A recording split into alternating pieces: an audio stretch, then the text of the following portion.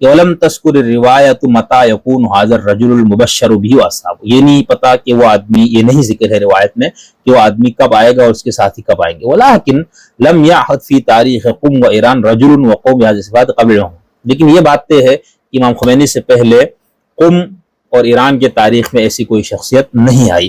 وَيَحْتَمِلُ، اور یہ احتمال ہے، ان تکون الروایت ناقصۃ وان یکون فیها ذکر مناسبۃ قول علی الاقل. وقد نقل صاحب البحار ان کتاب تاریخ القم، قم کی تاریخ سے اس کو پیش کیا ہے صاحب بحار نے، جس کا مؤلف تھا الحسن بن محمد الحسن القمی الذي الف قبل، انہوں نے 1000 سال پہلے یہ کتاب لکھی تھی، لیکن وہ کتاب کا نسخہ اب دنیا میں نہیں ہے. یعنی علامہ مجلسی رحمۃ اللہ تعالی علیہ نے یہ حدیث پیش کی ہے ایک کتاب سے جس کا نام ہے تاریخ قم، لیکن وہ جو اوریجنل کتاب ہے وہ دنیا میں اب موجود نہیں ہے. ٹھیک. یہ پھر کہا کہ قد یقال، یہ بھی کہا گیا ہے کہ نعم لم یعہد فی تاریخ قم و ایران ظہور ھذا الرجل الموعود وقومہ ذوی الصفات العظیمہ، یعنی ایسا کوئی، یہ بات ٹھیک ہے کہ ابھی تک قم میں ایسا کوئی شخص نہیں آیا. ولیکن لا دلیل علی انطباقها علی السید الخمینی واصحابہ، لیکن اس کو امام خمینی اور ان کے ساتھیوں پر اس کو انطباق کرنے کی بھی کوئی دلیل نہیں ہے. فقط یکون رجل آخر واصحابہ یاتون فی عصرنا، ہو سکتا ہے کوئی اور آدمی ہو جو آئے، او بعد زمان طویل، یا بہت لمبے زمانے کے بعد، او قصیر یا مختصر وقت کی بات آئے. کہتے جواب یہ ہے کہ مع انہ لا یوجد فی روایت تحدید لزمان ھذا الحدیث، یعنی یہ کہ اس پہ یہ بات کی گئی، تو اس کا جواب میں یہ دے رہا ہوں کہ ٹھیک ہے کہ اس روایت نے اس حدیث میں اس کو کسی زمانے کے ساتھ اس کو محدد نہیں کیا گیا، لیکن مجموع صفات، یعنی اس کے جو صفات بیان ہے، مضافا الیہ ما ورد فی روایت الاخری عن قم و ایران، اور جو باقی روایات جو قم اور ایران سے متعلق ہے، ترجح احتمال ان یکون المقصود بها سید خمینی و اصحابہ، اس سے یہی ہمیں لگتا ہے کہ اس سے مراد امام خمینی اور ان کے لوگ ہوں گے. یہ علی قرانی صاحب کی کتاب عصر الظہور ہے، اس میں بھی انہوں نے اس روایت کے اس ٹکڑے کو پیش کر کے یہ والی بات بھی کر دی کہ اس کا اطلاق امام خمینی اور ان کے ساتھیوں پر کرنے میں کوئی قباحت نہیں ہے. لیکن پھر آپ نے یہ ذہن میں رکھنا ہے کہ بھئی اس طرح کے اطلاق کرتے ہوئے اب انقلاب ایران کی بنیادیں کیا ہے، وہ کیا کچھ تھا، اس کے سارا آپ ٹھیک ہے آپ نے ایک دو حدیثوں کو لے کر اس کو پورا اس طرح سے کر دیا جیسے اور یہ مقبول جان صاحب نے کیا تھا شام اور اس عراق میں، یا اس سے پہلے ڈاکٹر صاحب وغیرہ، اسرار صاحب وغیرہ مرحوم افغانستان کے طالبان کے بارے میں کہا تھا، لیکن آگے جا کے وہ حالات وہ نہیں رہے، وہ چیزیں اس طرح سے نہیں رہی. تو ہمیں تو یہ طالب علمانہ ہمارا یہ خیال ہے کہ اس پہ انسان کو احتیاط کرنے کی ضرورت ہے. یعنی آپ اس طرح کی روایات کو اپنے، یعنی ابھی اگر یہ قرآنی صاحب اس گروہ سے ہوتے جو خمینی، انقلاب ایران، اسلامی جو امام کے ظہور سے پہلے جو انقلاب اور اس طرح کی تحریکوں کے مخالف شیعہ فقہا یا علماء میں ان کا شمار ہوتا